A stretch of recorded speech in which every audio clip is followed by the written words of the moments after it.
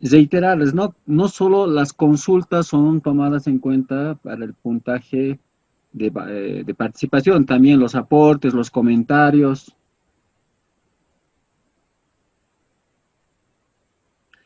Bueno, continuamos con el avance de la materia, haciendo un repaso de la última parte de lo que habíamos visto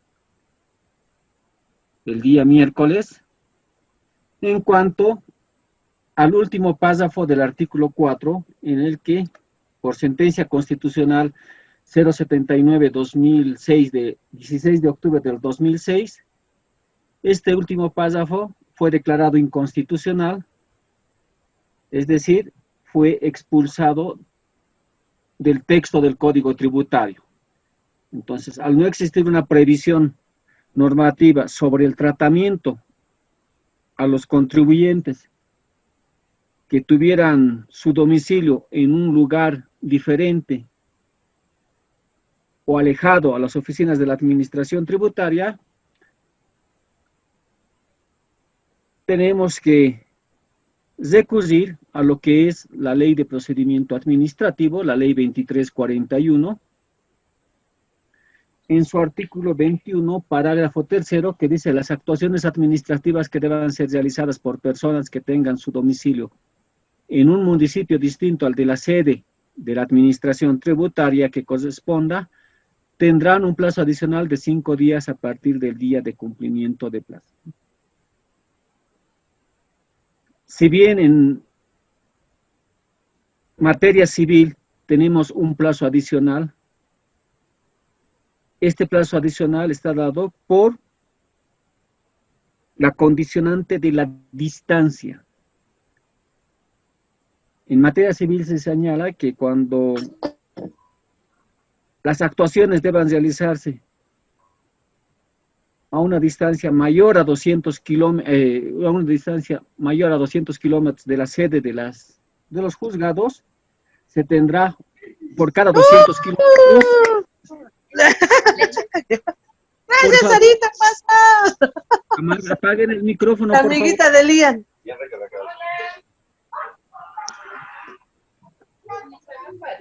Como les iba diciendo, en materia civil se tiene que tomar el plazo de un día adicional por cada 200 kilómetros de distancia. En cambio, en materia del procedimiento administrativo, no nos habla de distancia en kilómetros. La condicionante es que esté en un municipio distinto al de la sede de la administración tributaria, ¿no?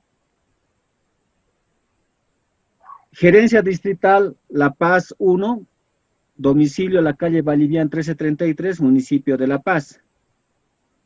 El contribuyente tiene su domicilio en el municipio de Coroico, que no está más de 2 horas y media de la ciudad de La Paz. Basta que sean dos municipios distintos, uno el de la sede de la administración tributaria y otro el del domicilio del sujeto pasivo, se tiene un plazo adicional de 5 días.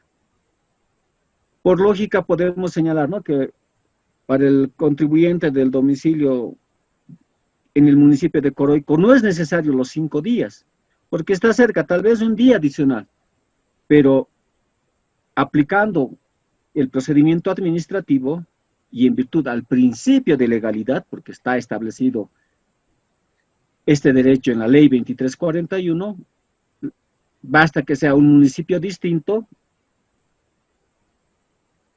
ese contribuyente, ese sujeto pasivo, tiene un plazo adicional de 5 días al plazo inicialmente otorgado por la administración tributaria. También la ley 2341 nos habla de días y horas hábiles. Dice: las actuaciones administrativas se realizarán los días y horas hábiles administrativos. De oficio o a pedido de parte y siempre por motivos fundados, la autoridad administrativa competente podrá habilitar días y horas extraordinarios. Es decir, por motivos excepcionales, se produce la habilitación de días y horas extraordinarios, ¿no? Y en la diapositiva 35, que las tenemos en pantalla, tenemos un ejemplo de habilitación de horas extraordinarias. Es la jornada laboral del día sábado 28 de abril de 2018, de horas 9 a 13. ¿Con qué objeto se ha hecho esta habilitación de horas extraordinarias? Era para atender aquellos temas del perdonazo. Entonces, se necesitaba que tener días y horas adicionales, extraordinarias, para que mayores contribuyentes, la mayor cantidad de sujetos pasivos, pueda acceder a este beneficio. Otro aspecto que debemos considerar es también lo dispuesto en el artículo 83, Código Tributario Boliviano, que nos habla de los medios de notificación.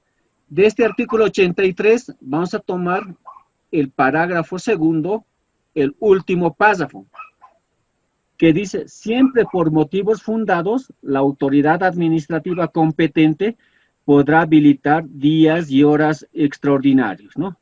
Si bien en el ejemplo que hemos visto anteriormente y previsto por el código, por la ley de procedimiento administrativo, nos habla de una habilitación de días y horas extraordinarias para todas las actividades de la administración tributaria, ¿no? Por eso en el ejemplo se señalaba facultades de realizan actividades y funciones inherentes al Servicio de Impuestos Nacionales: fiscalización jurídica, atención al contribuyente, recaudaciones en la Oficina Nacional y las gerencias operativas. En cambio, este artículo 83, Código Tributario, específicamente está normando la habilitación de días y horas extraordinarios para temas de notificación. Ese es el objeto de este artículo 83, parágrafo segundo, último párrafo. Y es interesante o es importante señalar o dar lectura al texto de este último párrafo. Dice: siempre por motivos fundados. O sea, ¿qué implica ese término de fundados? Que tiene que existir la debida fundamentación, el debido respaldo. ¿Por qué estamos habilitando días y horas extraordinarios para una notificación? Anteriormente, ¿qué hacía la administración tributaria? En el mes de diciembre habilitaba sábados y domingos como días y horas extraordinarias de realizar las actuaciones de notificación, a objeto de que no prescriban las facultades de la administración tributaria por la llegada del fin de año. Pero no había una fundamentación. No puede ser fundamentación válida el descuido, la negligencia, la mora en la que haya incurrido el sujeto activo, es decir, la administración tributaria, en realizar las notificaciones oportunamente. Tal vez por este tema de la pandemia, en el que varios meses ha estado la administración tributaria sin poder realizar actuaciones de notificaciones a los sujetos pasivos, podría habilitarse para fin de año con ese motivo fundado, porque ha sido algo excepcional, algo que no es inherente a la administración tributaria. Pero si hablamos de un año que no tenemos esa situación excepcional como en esta gestión, que es la pandemia del COVID, no habría un fundamento para habilitar horas extraordinarias. Si estamos en una gestión normal, sin situaciones excepcionales, podría dar un ejemplo de habilitación de días y horas extraordinarias para notificaciones. Y hablamos de aquellos sujetos pasivos que realizan actividades comerciales en un horario diferente a las horas hábiles en las que la administración tributaria realiza sus funciones. Hablamos de pub, discotecas, generalmente que abren fines de semana, ¿no? Viernes y sábado, o desde el jueves, a partir de las 8 de la noche. Estamos hablando de un año normal. Entonces, la administración tributaria no podría realizar notificaciones en horas hábiles administrativas, es decir, de lunes a viernes, de 8 de la mañana a 18:30 de la tarde. Entonces, ¿cuál sería el fundamento para habilitar días y horas extraordinarias? Para habilitar el día viernes a partir de las 18:30 hasta las 22, igual el día sábado. El derecho a la defensa del sujeto pasivo, puesto que en las horas hábiles administrativas no se le puede encontrar para su notificación. Para eso se necesita habilitar otros días y otras horas extraordinarias. El fundamento sería ese. No puede habilitarse simplemente decir, se habilitan tales días y tales horas. Tiene que haber, como dice el Código Tributario, motivo fundado. Pasamos al artículo 5 del Código Tributario, que nos habla de fuente, prelación normativa y derecho supletorio. El parágrafo primero nos señala, con carácter limitativo, son fuentes del derecho tributario con la siguiente prelación normativa, ¿no? Vamos analizando término por término. Dice, con carácter limitativo. ¿Qué implica ese término limitativo? Implica que los señalados son las únicas fuentes del derecho. Este término delimitativo se contrapone o es diferente a lo que en otras disposiciones legales se manifiesta, ¿no? Con el término enunciativo.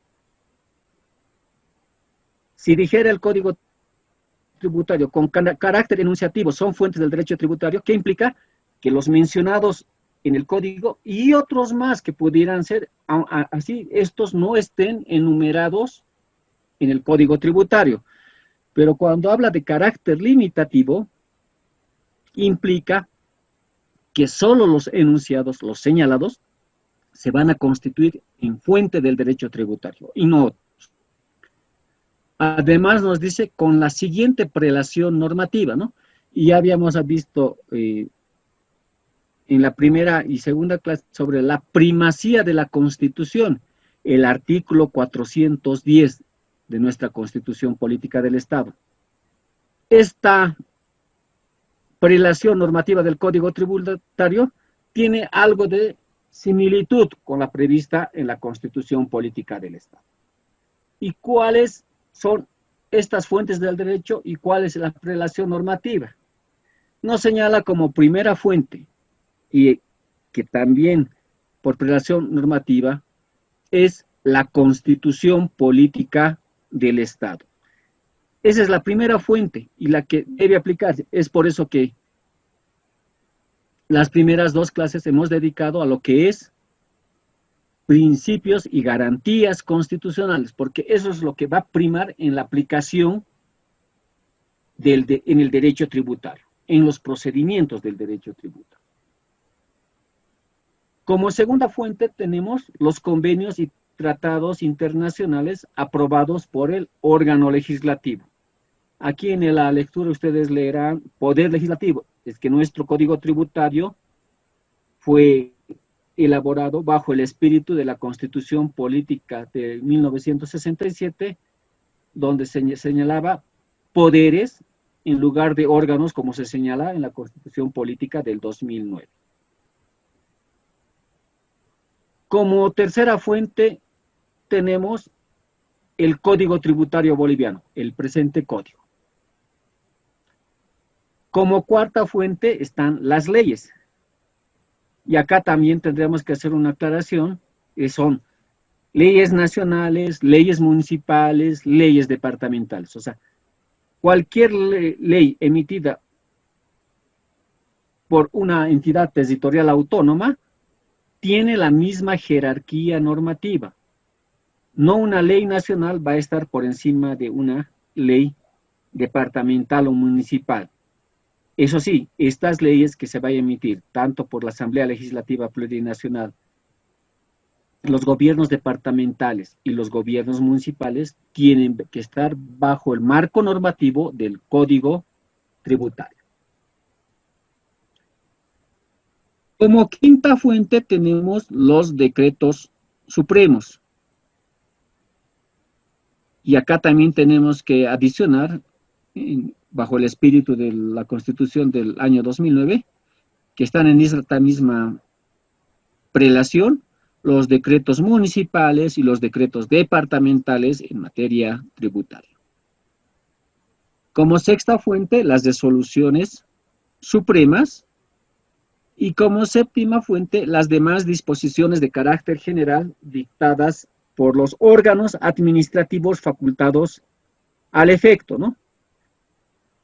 Entonces, en esta séptima fuente están lo que son las resoluciones emitidas, las resoluciones administrativas, emitidas con carácter general por la Aduana Nacional, por el Servicio de Impuestos Nacionales, por los gobiernos departamentales y los gobiernos municipales. Dice, dictadas por los órganos administrativos facultados al efecto. ¿Cuáles son estos órganos administrativos? Reitero, no, son las administraciones tributarias, como regla. Y excepcionalmente pueden ser dictadas por el Ministerio de Economía y Finanzas Públicas, por el Ministerio de Defensa, porque ahí ya tenemos un viceministerio de lucha contra el contrabando, siempre y cuando haya esa facultad para emitir esas resoluciones. Por regla, reitero, solo las administraciones tributarias, y por excepción, algunos otros ministerios, siempre que el Código Tributario o una ley tributaria les faculte al efecto. En esta diapositiva, ustedes no observan que sea fuente del derecho tributario la doctrina. ¿Qué es la doctrina? Son los criterios vertidos por especialistas en materia tributaria, ¿no? Hay autores, para mí, uno de los mejores tributaristas a nivel latinoamericano, César García Novoa. Él es español, catedrático de Derecho Tributario en la Universidad de Santiago de Compostela, en España. Él tiene muchos libros escritos en materia tributaria, que en sí se llaman doctrina a esos criterios que emite este especialista y otros. Pero de acuerdo a esta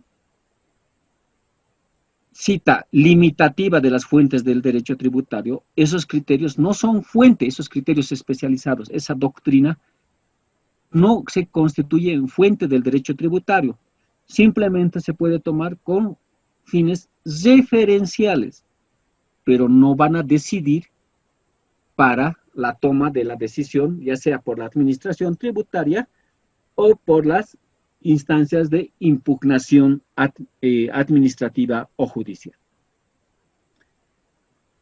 Tampoco estamos viendo en esta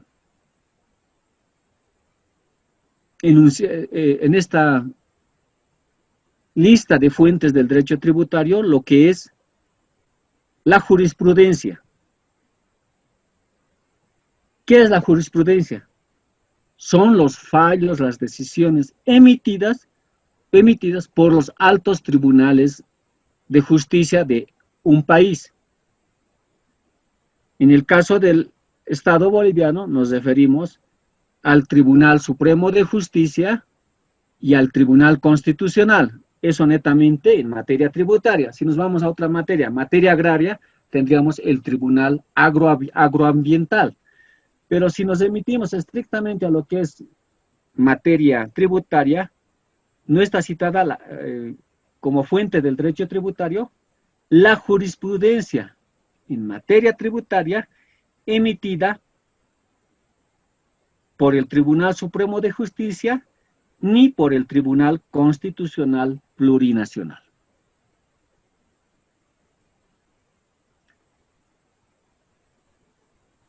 Volvemos a reiterar acá lo que habíamos visto al principio: los procedimientos tributarios se sujetarán a los principios constitucionales de naturaleza tributaria con arreglo a las siguientes ramas del derecho, ¿no? Y ahí hablamos que también, aparte de los principios constitucionales, vamos a ir a la ley de procedimiento administrativo. ¿Por qué estamos reiterando este aspecto de la cita del artículo 74 que nos habla de los principios constitucionales?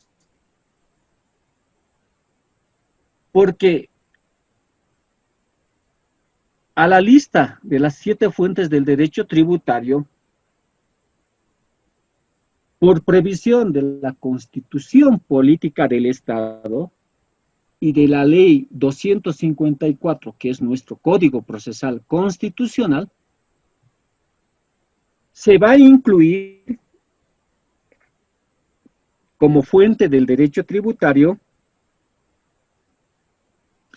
la jurisprudencia, los fallos, las resoluciones, las decisiones emitidas por el Tribunal Constitucional Plurinacional.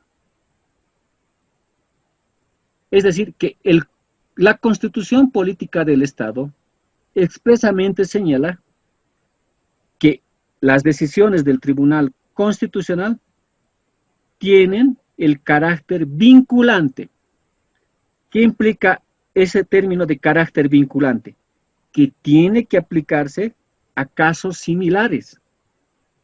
Es obligatorio para autoridades administrativas y judiciales la aplicación de las sentencias, decisiones del Tribunal Constitucional a casos similares. Pero ustedes me dirán, en el Código Tributario no se señala la jurisprudencia, ni del Tribunal Supremo, ni del Tribunal Constitucional. Pero, ¿dónde está esta previsión normativa de que las sentencias, las decisiones del Tribunal Constitucional tienen carácter vinculante?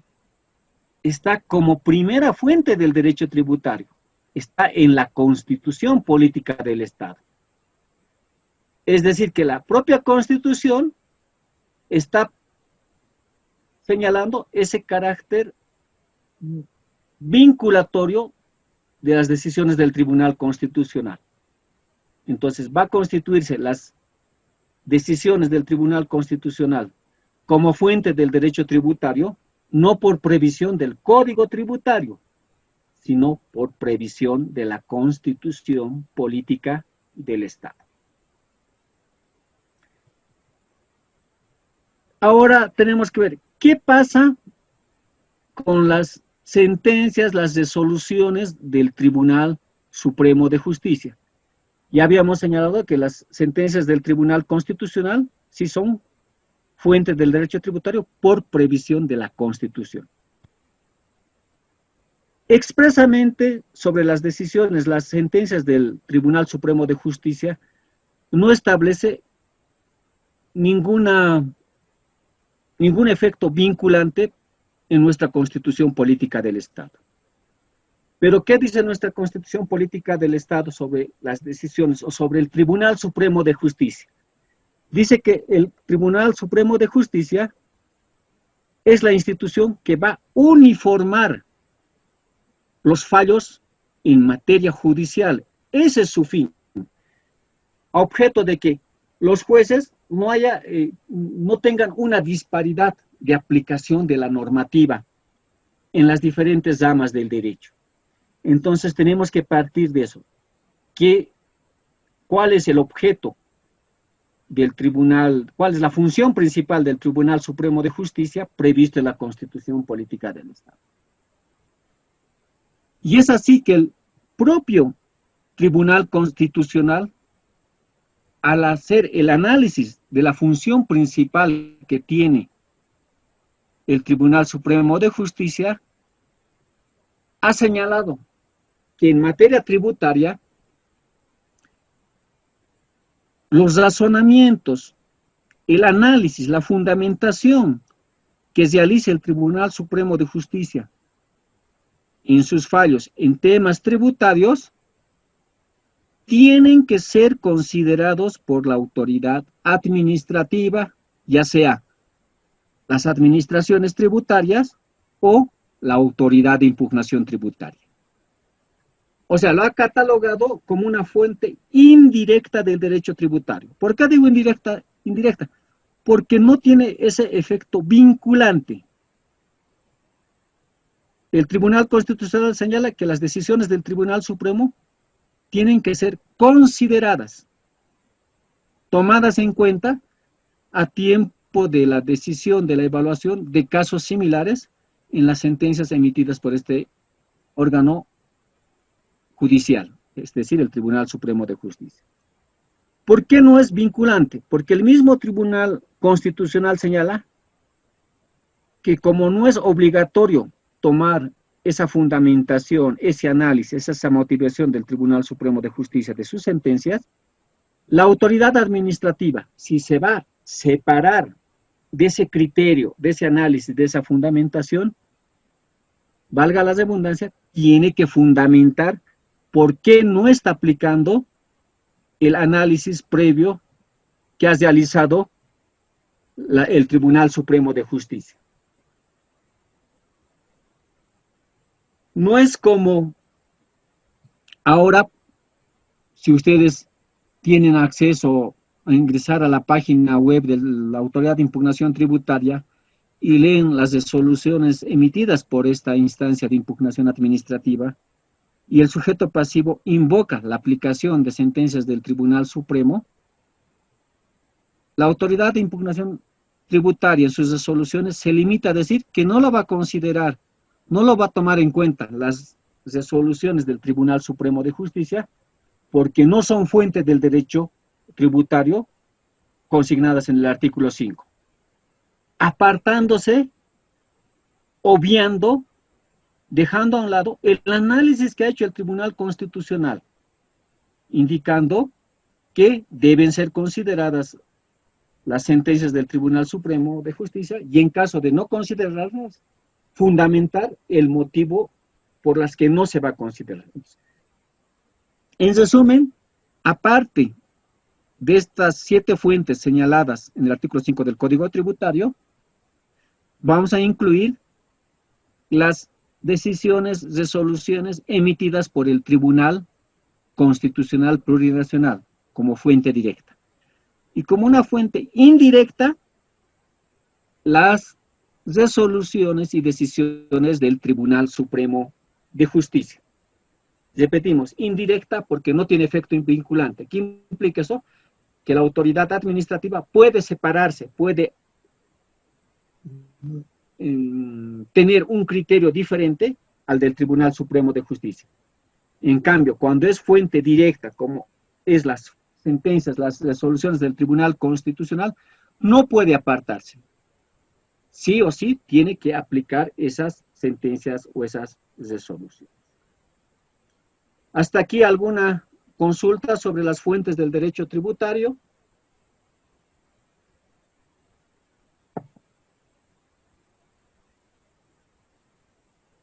Reitero, la participación en consultas, comentarios, aclaraciones, tiene puntuación para la evaluación final de la materia.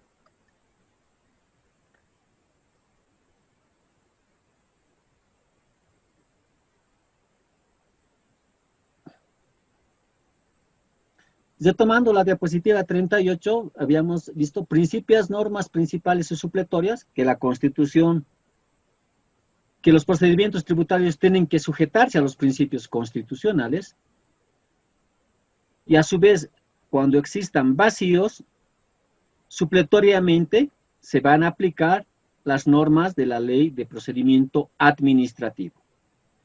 Reitero, ¿no? El procedimiento administrativo se aplica supletoriamente, ese es el término, por supletoriedad.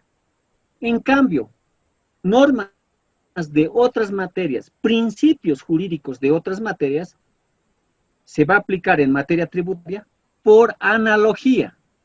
no por supletoriedad, ya que es el mismo artículo 8 del Código Tributario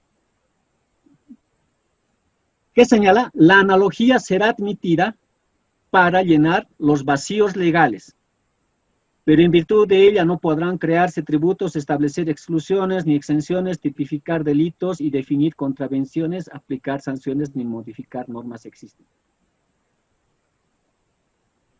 Por supletoriedad vamos a aplicar el artículo 21, parágrafo 3 de la Ley de Procedimiento Administrativo, ese plazo adicional de 5 días cuando el sujeto pasivo tenga su domicilio en un municipio distinto al de la sede de la administración tributaria. Esto es por supletoriedad. En cambio, por analogía,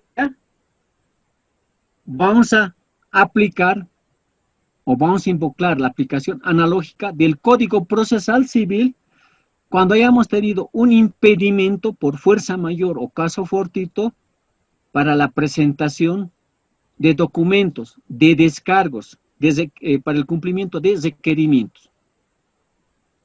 Por supletoriedad se aplica la Ley de Procedimiento Administrativo y por analogía se aplica el Código Procesal Civil o otras materias u otros principios, otra normativa que sea necesario en los procedimientos tributarios.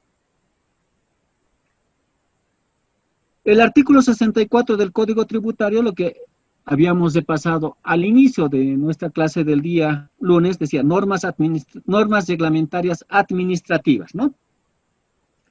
La administración tributaria, conforme al Código Tributario y las leyes especiales, podrá dictar normas administrativas de carácter general. O sea, por eso habíamos hecho hincapié.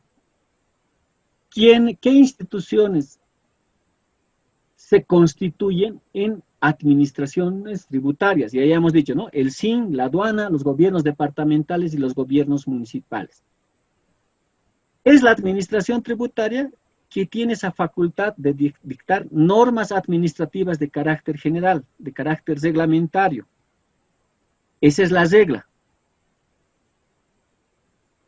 Por este artículo 64 nos da la regla.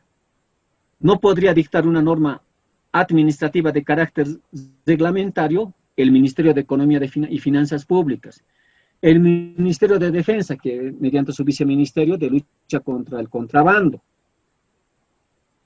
Excepcionalmente, estos dos ministerios citados podrían dictar resoluciones ministeriales siempre y cuando la ley les faculte a reglamentar determinado aspecto del Código Tributario o reglamentar determinado aspecto de una ley, por ejemplo, la ley de aduanas, la ley de lucha contra el contrabando. Entonces, excepcionalmente tiene que estar establecido en forma expresa esa facultad reglamentaria a instancias diferentes a las administraciones tributarias. Un ejemplo para que excepcionalmente el Ministerio de Economía pueda dictar una norma reglamentaria. Lo tenemos en el artículo 108, parágrafo 2 del Código Tributario. ¿Qué dice esta previsión normativa? El Ministerio de Hacienda, antes se denominaba así, ahora es Ministerio de Economía y Finanzas Públicas, queda facultado para establecer montos mínimos a propuesta de la Administración Tributaria, a partir de las cuales ésta debe efectuar el inicio de la ejecución tributaria. Es el mismo código en su artículo 108, parágrafo 2, que le dice: Ministerio de Economía, usted va a dictar una resolución ministerial, le estoy traduciendo, estableciendo el monto mínimo para la ejecución tributaria, es decir, el monto mínimo a partir del cual voy a coaccionar al sujeto pasivo para que pague la deuda tributaria. Ahí está dando. Este artículo 108, parágrafo 2, es una excepción al artículo 64 del Código Tributario.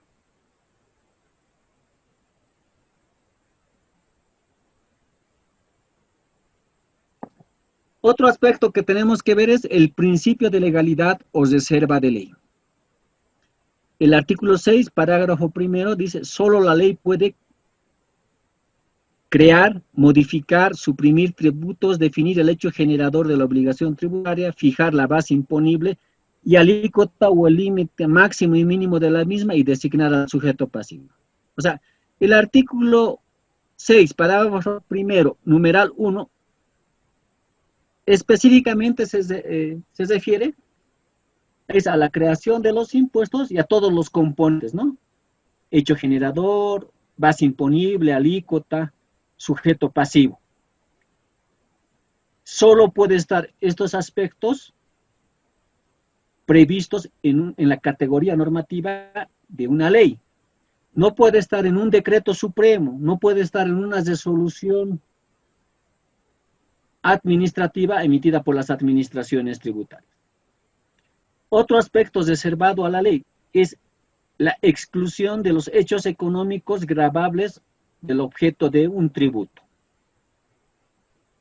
Como tercer tema reservado a la ley es otorgar y suprimir exenciones, reducciones o beneficios.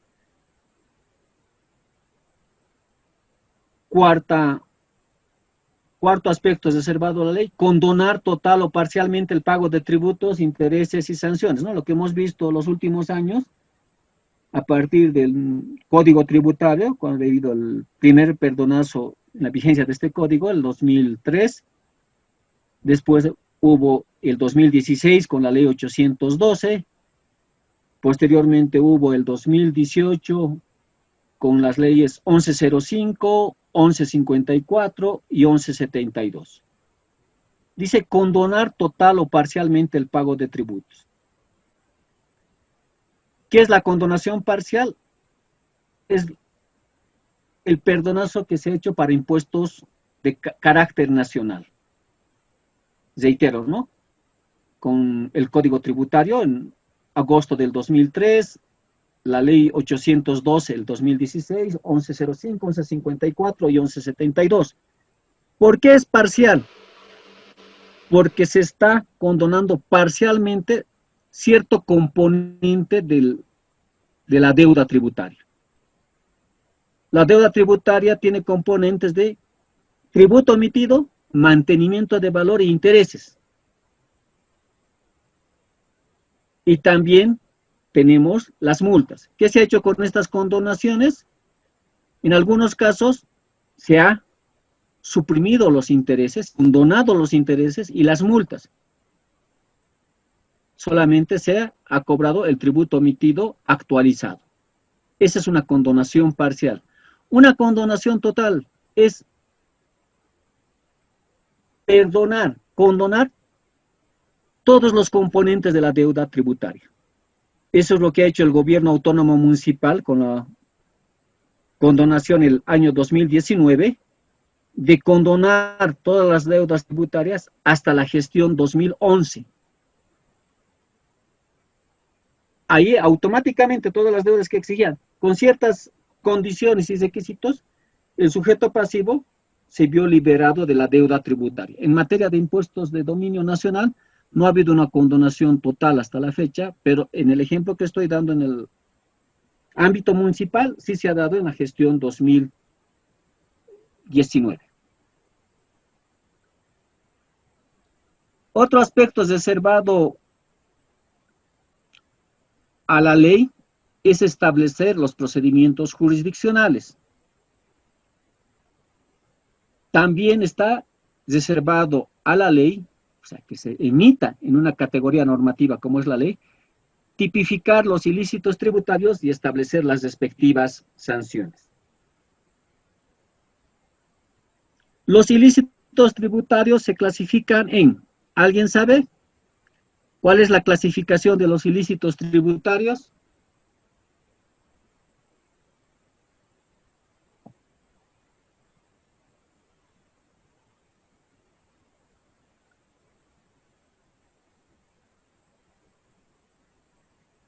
Clasificación de los ilícitos tributarios.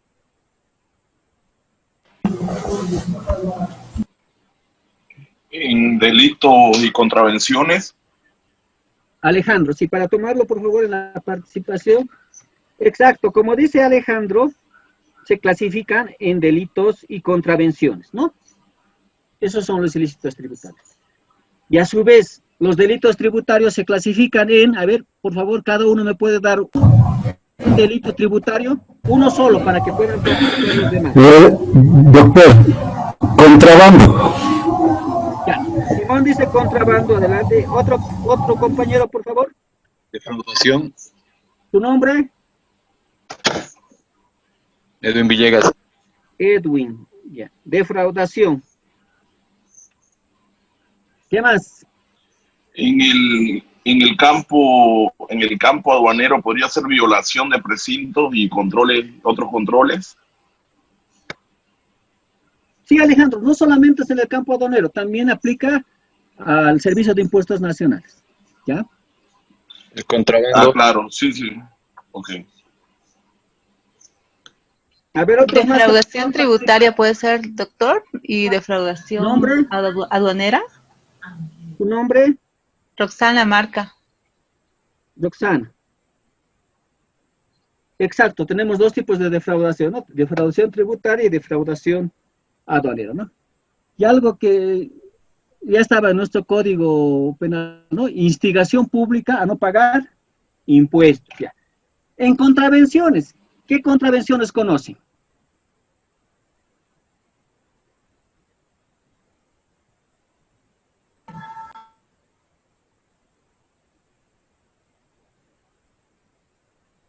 Contravenciones, a ver, Jessica, ¿está en el auditorio? Wendy, Jimena, participen. La omisión de pago será una contravención. Omisión de pago. Omisión de pago. ¿Su nombre? Edwin Villegas. Edwin. Por favor, siempre me van a indicar el nombre. Doctor, Alejandro, ahí.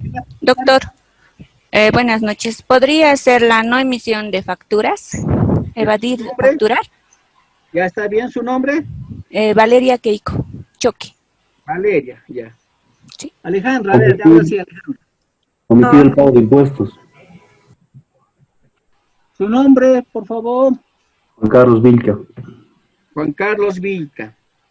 Doctor, Jimena Vargas, omisión de inscripción a los registros tributarios. Está bien.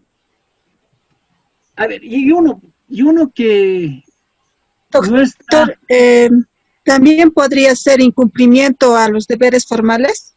Justo, Josemari, justo a eso quería llegar. Incumplimiento de deberes formales, ¿no? Y ahí va la pregunta para el foro que se ha lanzado y que es los dos temas que tienen hasta el fin de semana, ¿no? Haciendo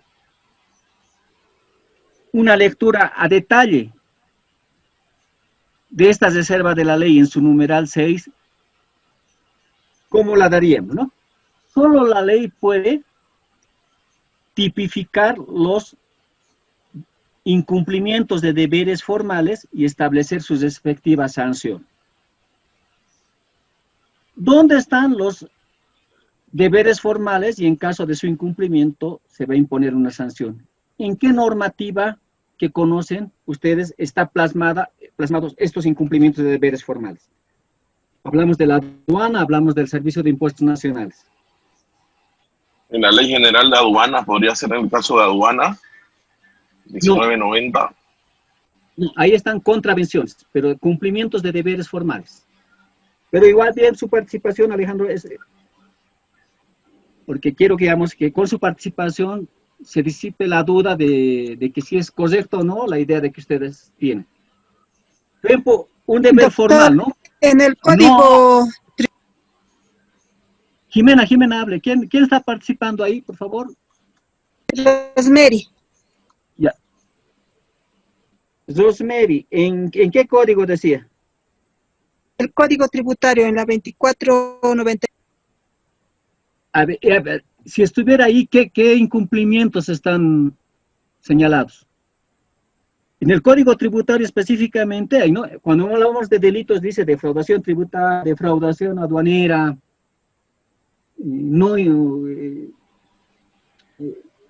violación de precintos, contrabando. Un incumplimiento de deberes formales, por ejemplo, no tener el talonario de facturas en el establecimiento comercial. Eso está señalado expresamente en el código. Si buscan el código del primer artículo hasta el último, no habla de tenencia de talonarios en el establecimiento comercial. ¿Dónde está señalado que esa obligación, ese deber? En las resoluciones normativas de directorio. Ya. ¿Cuál es su nombre, por favor? Juan Carlos. Juan Carlos Vilca, ¿no? Sí. Ya. Juan Carlos tiene la razón. Está señalado en una resolución de directorio en el Servicio de Impuestos Nacionales, y también podemos encontrar deberes formales en resoluciones de directorio de la Aduana Nacional.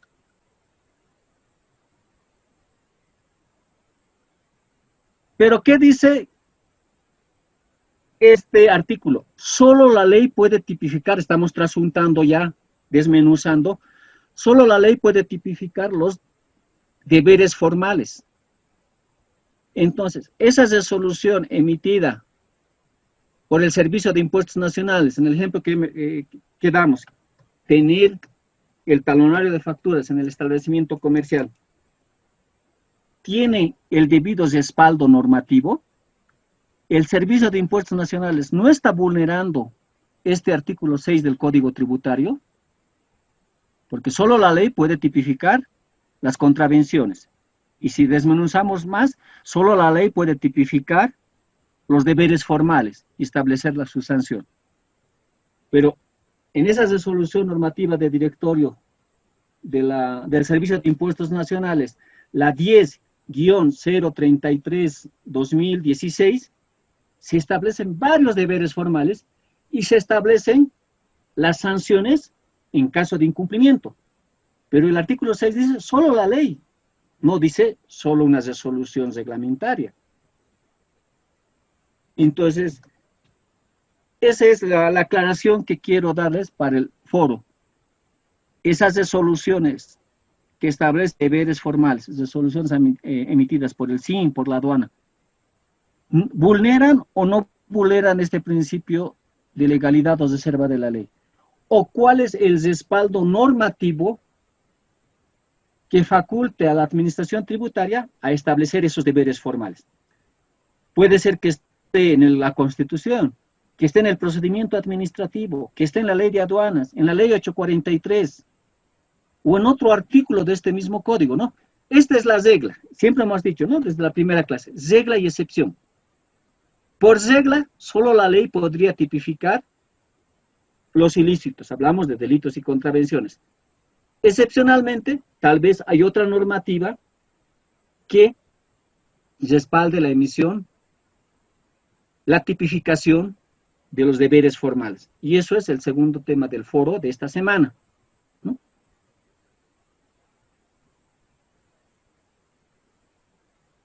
Acá vamos a hacer una referencia a lo que es el análisis del principio de legalidad. Habíamos señalado que solo la ley puede crear, modificar y suprimir tributos, ¿no? Ley municipal, ley nacional, ley departamental. O sea, todos los aspectos relacionados, hecho generador, obligación de la obligación tributaria, base imponible, alícuota, designación del sujeto pasivo, tiene que estar citado, tiene que estar previsto en la ley. No puede estar previsto en un decreto supremo, en un decreto municipal, en un decreto departamental. ¿Qué pasa con el impuesto municipal a las transferencias onerosas de bienes inmuebles, ¿no? Este impuesto ya estaba previsto en la ley 843.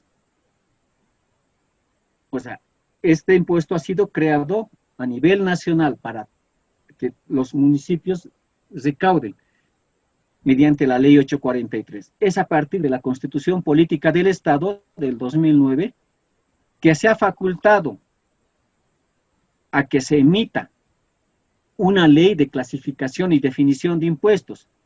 En este caso, la ley 154, ley en la que se ha señalado cuáles van a ser los impuestos de dominio nacional, de dominio departamental y de dominio municipal. Por eso, la creación de este impuesto tiene esta normativa respaldatoria: Constitución Política del Estado, Código Tributario, Ley de Clasificación y Definición de Impuestos, la Ley de Reforma Tributaria, la Ley 843, y en el caso del municipio de La Paz, la Ley 12-2011, la Ley Municipal Autonómica.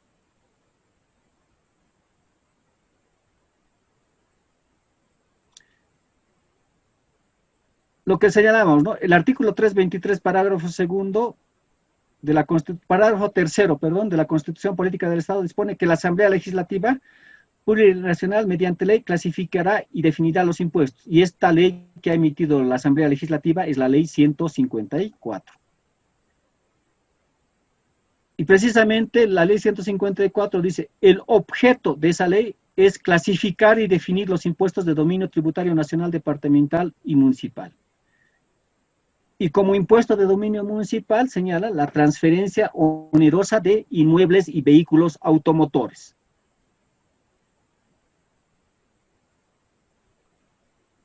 A su vez, este impuesto a las transferencias de inmuebles y vehículos automotores ya estaba previamente normado, creado en la Ley 843 en su artículo 107.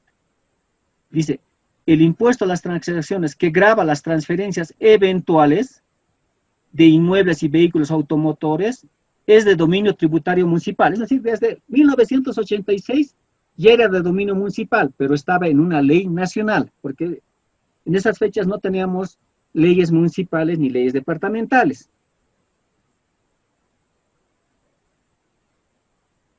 La regla era que todas las transferencias eventuales de inmuebles y vehículos automotores era de dominio municipal. La excepción a esta regla, prevista en el mismo artículo 107 de la Ley 843, señala que la venta de inmuebles y vehículos automotores efectuada dentro de su giro por casas comerciales, importadores y fabricantes no es objeto del impuesto a las transacciones de dominio municipal, si nos van a pagar el impuesto a las transacciones de dominio nacional. Regla: todas las transferencias de bienes inmuebles y vehículos automotores pagan el impuesto a las transferencias, a las transacciones de dominio municipal. Y la excepción: aquellos sujetos pasivos que tengan por actividad comercial, por giro comercial, vender habitualmente bienes inmuebles o vehículos, no van a pagar al municipio, van a pagar un impuesto de dominio nacional, que es el impuesto a las transacciones. ¿De qué sujetos pasivos hablamos? Inmobiliarias, en el caso de bienes inmuebles, importadoras de vehículos, ¿no? Incruz, Toyosa y similares. Continuamente, habitualmente ellos realizan estas transferencias y van a pagar el impuesto a las transacciones de dominio nacional.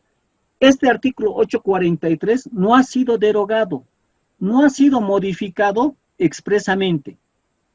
O sea, este texto que ustedes están leyendo y lo tienen en la diapositiva está vigente.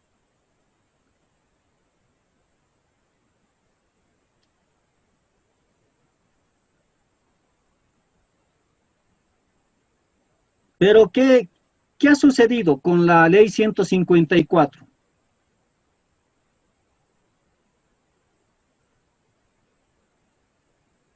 La Ley 154 ha clasificado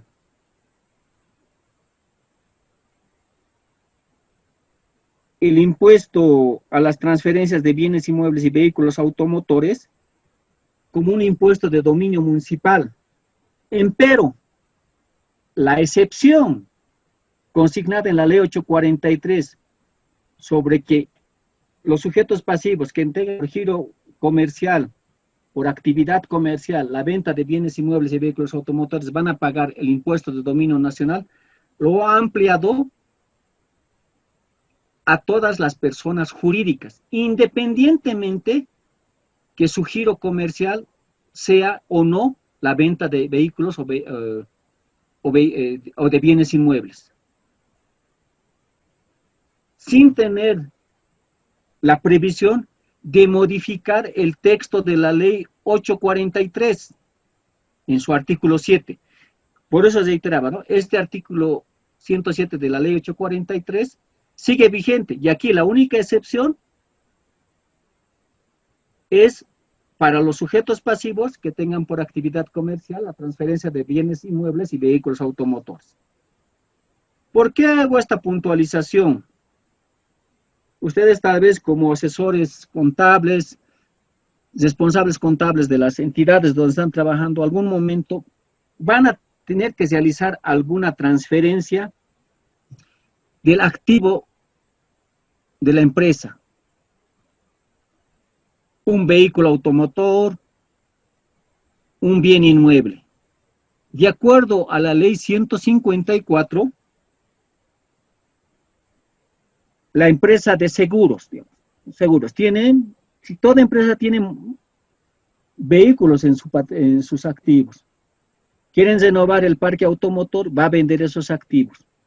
De acuerdo a la ley 154, ustedes deberían pagar, porque son persona jurídica, el impuesto a las transacciones de dominio nacional.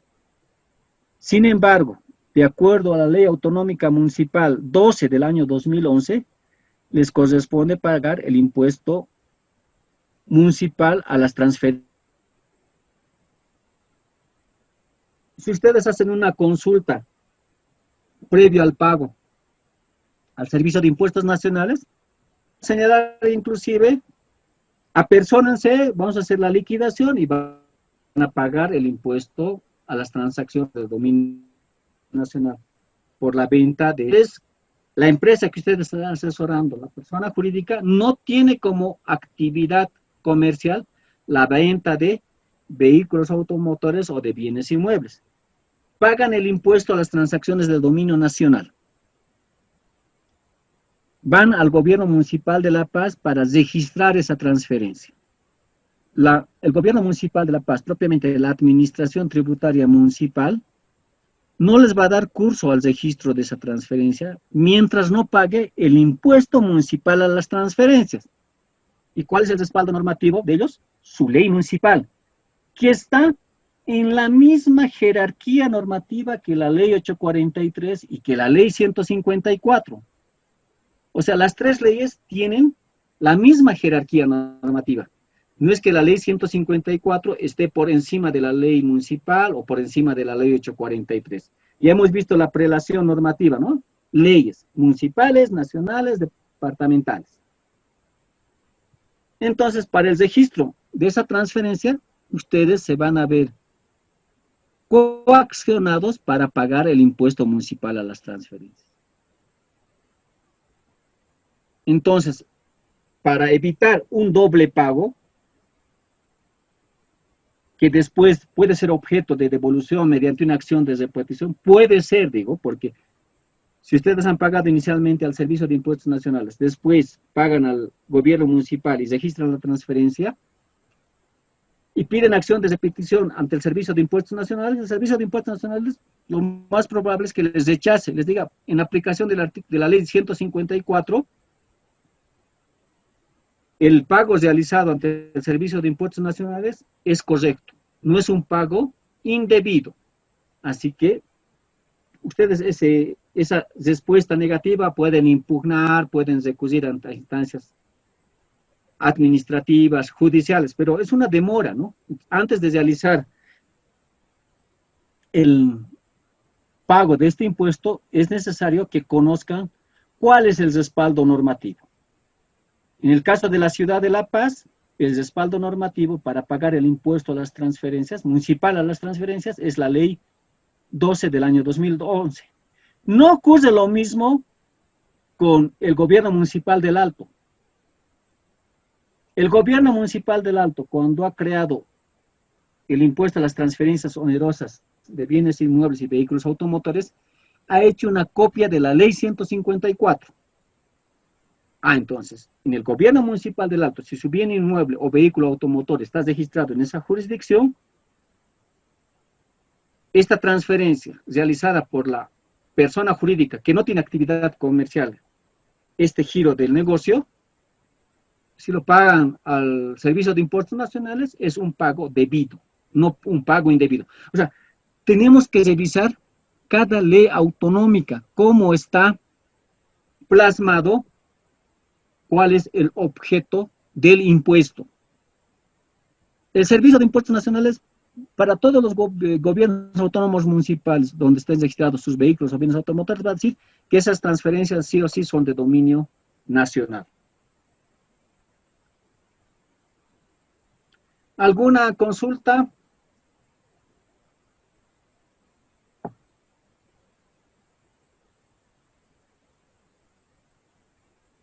Bueno, retomamos lo que es el Código Tributario, nos habíamos un poco alejado de lo que es el análisis del Código Tributario para ver el principio de legalidad propiamente con el impuesto municipal a las transferencias onerosas. Retomando el artículo 75 del Código Tributario, nos habla de la personería. ¿Qué nos dice este artículo, esta disposición normativa? Los interesados, o sea, los sujetos pasivos, los contribuyentes, terceros responsables, podrán actuar personalmente o por medio de sus representantes si se trata de personas jurídicas, siempre y cuando este representante tenga un poder que le faculta para actuar en nombre de esa persona jurídica. El representante o mandatario deberá exigirse el poder notariado. ¿Dónde está previsto estos temas del poder notariado? Por una parte, la aplicación supletoria del artículo 13 de la Ley 2341 y por analogía el artículo 1311 del Código Civil Boliviano. O sea, ¿qué implica esto de personería? De que yo, sujeto pasivo, Ernesto Mariño, dentro de un proceso de solicitud de exención, yo puedo presentar mi memorial, yo actúo a mi nombre, porque soy persona natural. Pero si yo fuera representante de una persona jurídica, para actuar en determinado procedimiento, tengo que tener el instrumento público que me faculte al efecto. Otro punto que tenemos que tener acá es la vista de actuaciones. Como su nombre dice, vista, ¿no? Es ver las actuaciones, ver el expediente. Y dice, los interesados o sus representantes o sus abogados tendrán acceso a las actuaciones administrativas y podrán consultarlas sin más exigencia que la demostración de su identidad.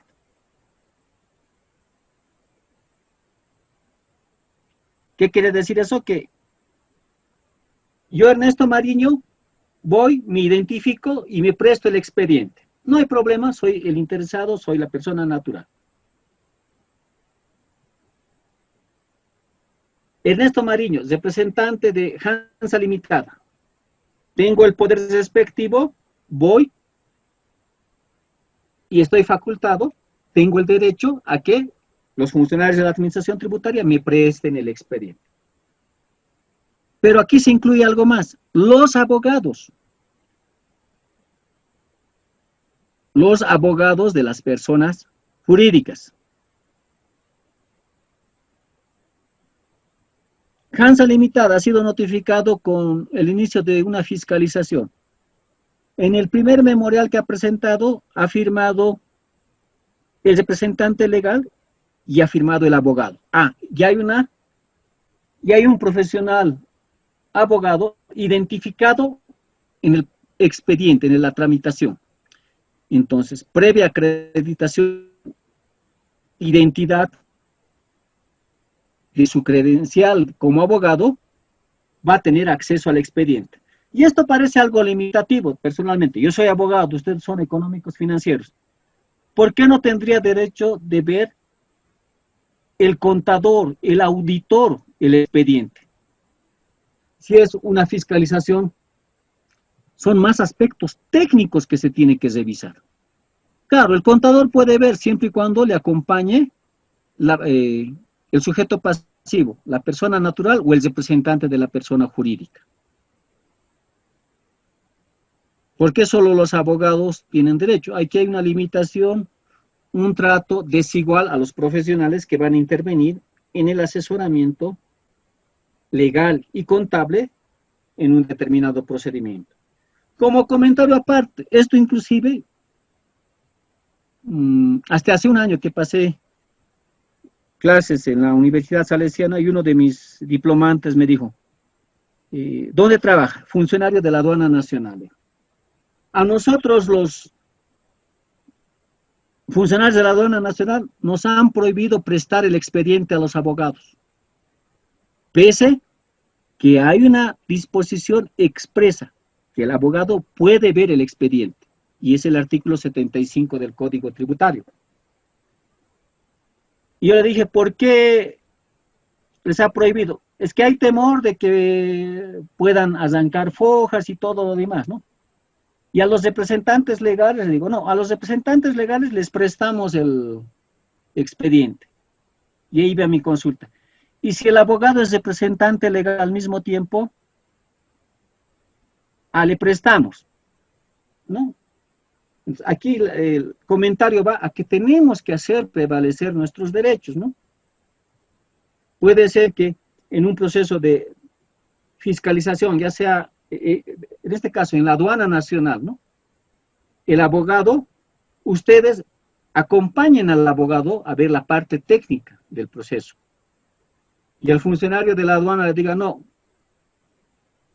el abogado, estamos prohibidos de prestar el expediente al abogado, y menos aún al profesional económico financiero. Entonces, ahí el abogado, ¿qué tendrá que decir? Yo estoy facultado a ver el expediente en virtud del artículo 75 del Código Tributario. Y una vez prestado el expediente al abogado, en compañía del asesor técnico, pueden revisar el expediente. Tenemos que hacer prevalecer nuestros derechos, muchas veces por instrucciones que no tienen el respaldo legal y sobre todo vulneratorias. ¿Qué derecho se está vulnerando acá de la Constitución? Derecho a la defensa.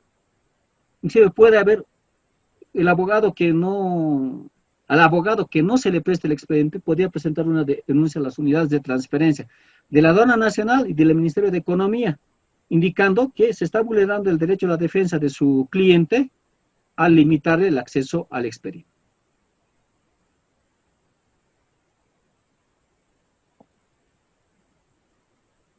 Otro artículo que tenemos que ver es la confidencialidad de la información. ¿Qué implica esto? El carácter reservado de la información que la administración tributaria va a obtener, información que va a obtener del sujeto pasivo. La regla es, no se puede otorgar información de un contribuyente a terceros. Inclusive se considera tercero, en caso de personas naturales, al cónyuge. Pedro Valdivia es abogado profesional independiente. La esposa solicita información sobre la declaración del formulario 500 sobre el impuesto, del impuesto sobre las utilidades de las empresas. Puede acreditar con certificado de matrimonio. La esposa se constituye en tercero. Todos los ajenos al sujeto pasivo son considerados terceros. Esa es la regla. Nadie, a no ser el sujeto pasivo, puede acceder a la información que ha obtenido la administración tributaria. ¿Cuáles son las dos excepciones previstas en el Código Tributario? Que esta información reservada se puede otorgar a terceros siempre y cuando exista una orden judicial fundamentada. Esa es una de las excepciones.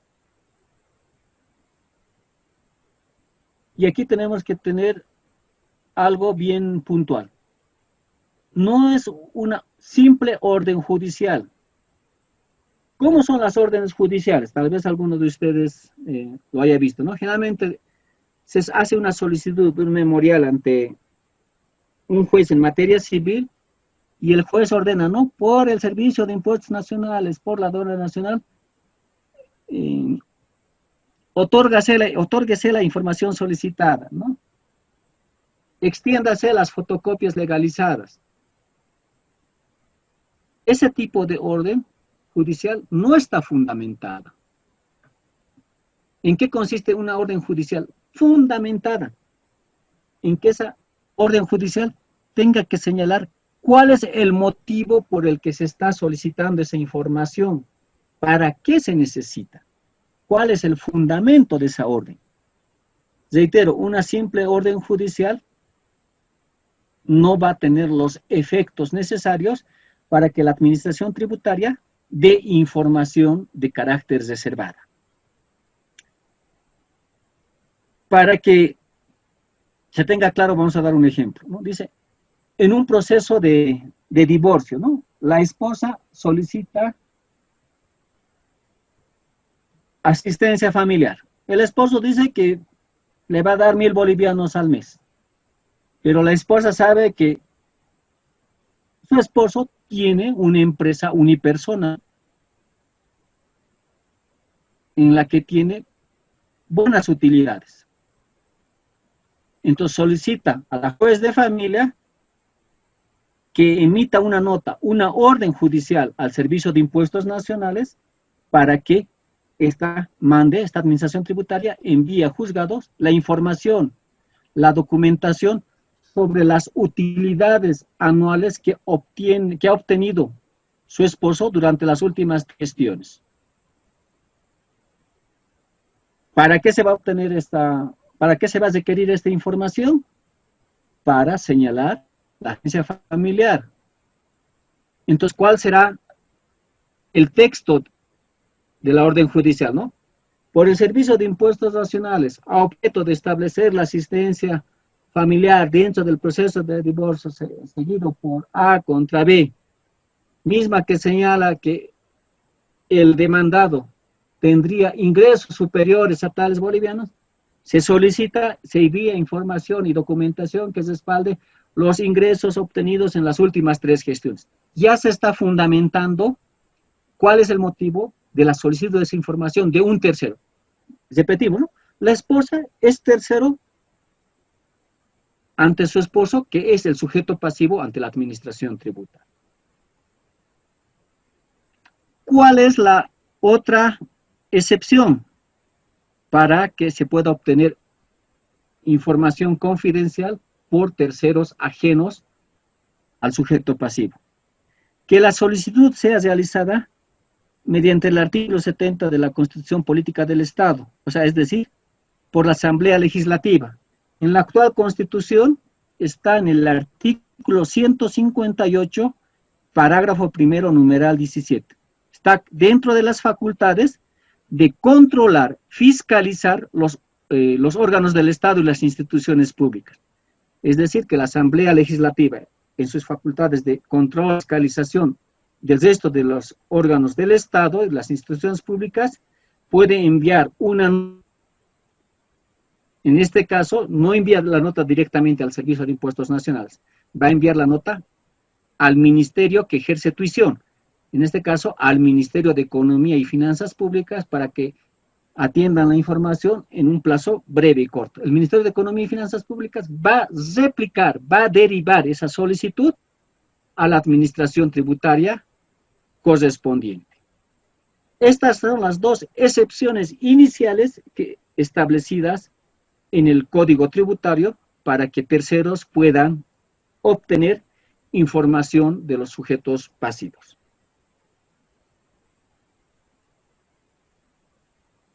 Licenciada Karen, por favor, ¿tenía alguna instrucción para los diplomantes? Licenciado, ¿cómo está? Buenas noches y muy buenas noches a todos.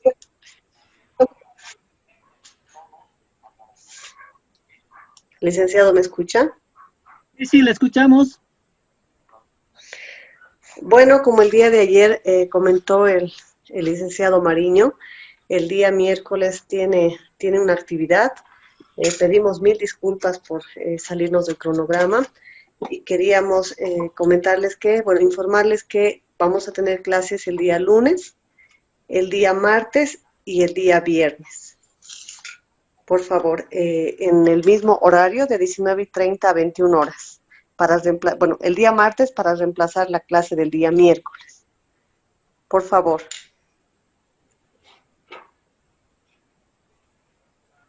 ¿Alguien tiene alguna consulta?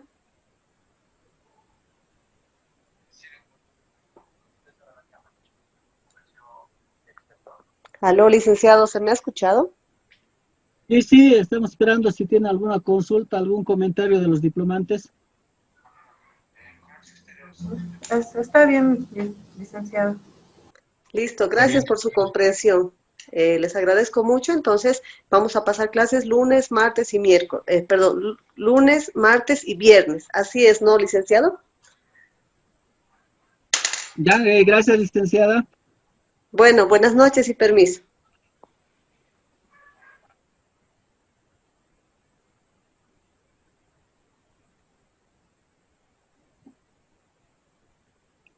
¿Qué otros comentarios debemos hacer sobre este artículo sobre el carácter reservado de la información que obtiene la administración tributaria, ¿no?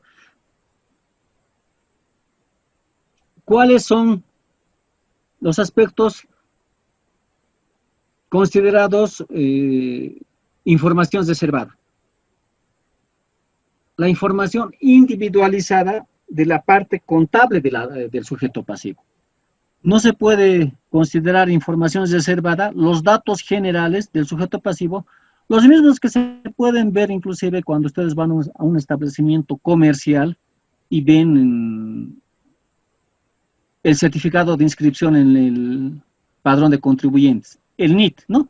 Ahí tenemos nombre del sujeto pasivo, representante legal, qué impuestos está grabado, domicilio del sujeto pasivo. Esa no es información reservada.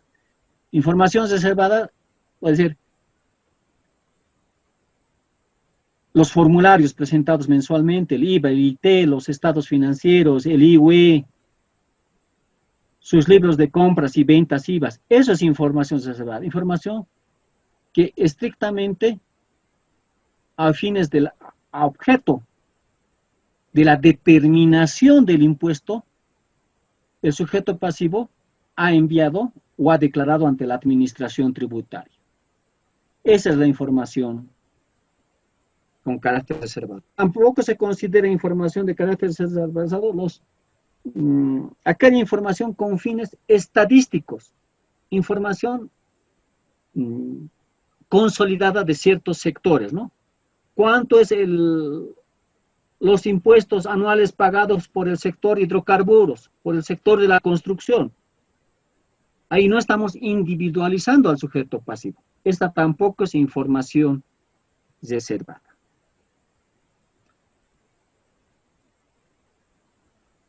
La otorgación de esta información con carácter reservado, nos dicho, tiene dos excepciones: orden judicial fundamentada y la solicitud que haga la Asamblea Legislativa Plurinacional. Sin embargo, tenemos que revisar otra normativa, como es la normativa, la ley del Ministerio Público. Esta ley del Ministerio Público establece las facultades, las funciones, los derechos que tiene esta instancia. Y también vamos a revisar el Código Procesal Penal, el Código de Procedimiento Penal, en su artículo 136. ¿Qué dicen en síntesis estas dos leyes? La ley del Ministerio Público y la ley del Código de Procedimiento Penal. Que los jueces y fiscales podrán solicitar información de manera directa cuando ésta se vincule con el proceso. Es decir, la ley del Ministerio Público le faculta al fiscal a solicitar cualquier información al proceso, al caso que esté investigando. Una ley le está facultando al fiscal. Y esa ley del Ministerio Público está siendo reiterada esa facultad de requerimiento de información por el Código de Procedimiento Penal. En consecuencia, la administración tributaria debiera otorgar a los fiscales información solicitada sin que medie una orden judicial, una orden emitida por el juez. Sin embargo, la administración tributaria deniega a los fiscales la otorgación de información confidencial basándose en este artículo 67. Dice, no, si quiere el fiscal obtener información de terceros ajenos al sujeto pasivo, tiene que ir al juez para que el juez emita una orden judicial. Y aquí yo hago la pregunta, ¿no? La Contraloría General del Estado, en su función de control posterior, periódicamente hace auditorías a las instituciones públicas, en este caso a las administraciones tributarias. Con la ley, respaldados en la ley 1178 de control fiscal. Cuando se apersona a la administración tributaria, dice, requiero estos expedientes. Esos sujetos pasivos de los que se quiere expedientes son terceros ajenos a la Contraloría General del Estado. Pero ¿qué hace la administración tributaria? Le otorga esos expedientes. ¿Y qué dice la administración tributaria? Estoy otorgando el expediente porque la Contraloría General del Estado tiene esa facultad de control posterior en base a la ley 1178. ¿Y acaso el fiscal no también esa facultad de investigación, esa facultad de requerir información para su investigación? Y eso, el fiscal, ¿no? Tiene dos leyes, la ley del Ministerio Público y la ley que aprueba el Código de Procedimiento Penal. En cambio, la Contraloría tiene una sola ley, la 1178, que es mucho más antigua que las leyes que tienen los fiscales, que les respalda solicitar información que se vincule con el caso que están investigando. Es así para que otras instancias del órgano central puedan obtener información que respalde a sus funciones, que se han emitido dos decretos supremos, el decreto supremo 077 del 2009 y el decreto supremo 122 también 2009, aclarando el carácter de terceros. Principalmente, ¿qué ha señalado estos decretos supremos? Que no tienen carácter de terceros aquellas instituciones que van a requerir esa información a objeto de ejercer las funciones que establecen sus respectivas normativas. En este caso, recién la Contraloría General del Estado estaría facultado mediante este decreto a obtener información. ¿Por qué? Para ejercer su función de control posterior, en virtud al decreto supremo 077 y al decreto supremo 0122 del año 2009, ya puede solicitar información para efectuar las auditorías de determinados sujetos pasivos.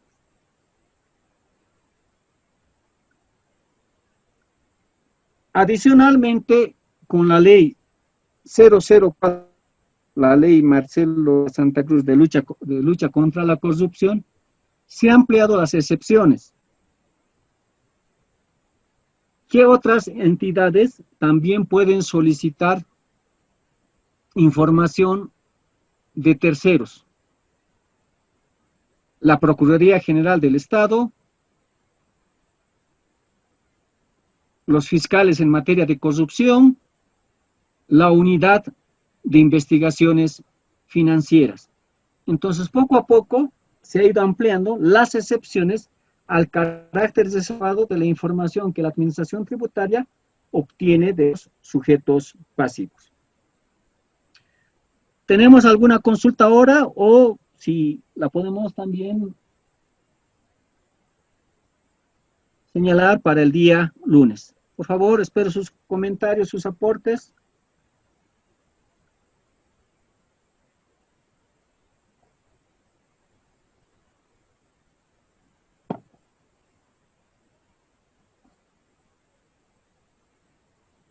Bueno, quedamos hasta acá. El día lunes vamos a proseguir con lo que es el domicilio tributario.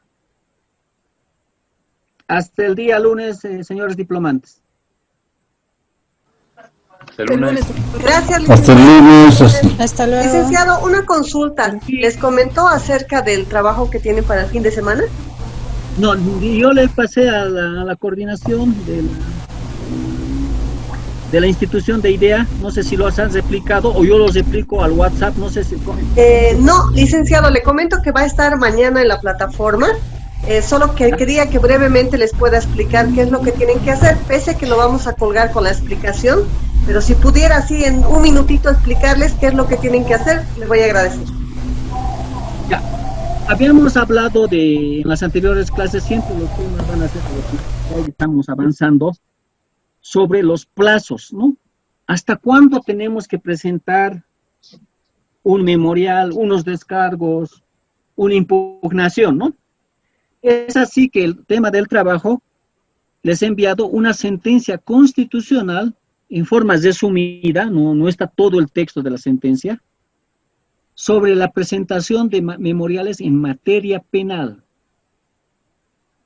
¿Cómo se puede hacer? ¿Hasta cuándo? ¿Cuánto es la fecha tope de la presentación de memoriales en materia penal? Esto ya ha modulado el Tribunal Constitucional, ¿no? Porque podemos decir, solo se va a presentar hasta horas 18, que es el horario de trabajo de juzgados, pero el Tribunal Constitucional ha dicho algo más. Siempre el Tribunal Constitucional actúa a favor, en este caso, a favor del imputado, a favor del procesado. ¿Cuál es el trabajo que tienen que hacer? Léanme la sentencia del Tribunal Constitucional, que ya les va a estar mañana en plataforma, y díganme si esta sentencia se podría o no aplicar a materia tributaria. Si no se podría, ¿por qué no se podría aplicar? Y si se podría aplicar, ¿en qué forma se podría aplicar esta sentencia referida a la presentación de memoriales a materia tributaria? Ese es el trabajo. Entonces, quiero que me lean en virtud de lo que hemos dicho, ¿no? Precisamente este punto no lo hemos avanzado, la presentación de memoriales en materia penal, porque quiero que me hagan un análisis ustedes, de acuerdo a lo que hemos visto, presentación de memoriales en materia civil, ¿no? Con el Código Procesal Civil, pero en materia penal no. ¿Se puede aplicar? ¿No se puede aplicar? ¿Y por qué? Ese es el trabajo, señores diplomantes.